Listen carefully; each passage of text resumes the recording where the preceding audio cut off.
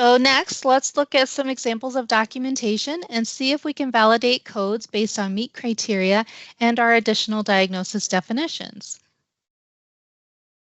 Just a few examples here of documentation of conditions that meet the criteria for reporting because the provider stated they were monitored, evaluated, assessed, and/or treated or impacted the care and management on the case. On our first example, the provider documents in the ED note the patient has hypovolemia, which improved on IV fluids. This was treated based on the documentation and would be coded. That one is pretty straightforward, so let's look at some others. On the second example, the progress note states interstitial lung disease, and the patient is maintained on prednisone. This also meets the criteria for reporting.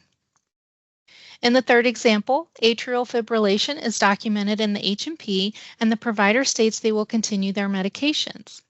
Again, this would be coded as an additional diagnosis.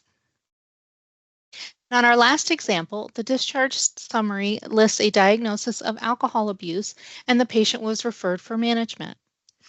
This also meets the meet criteria and would be coded. These are pretty straightforward because the provider did a good job of documenting these conditions are currently being treated.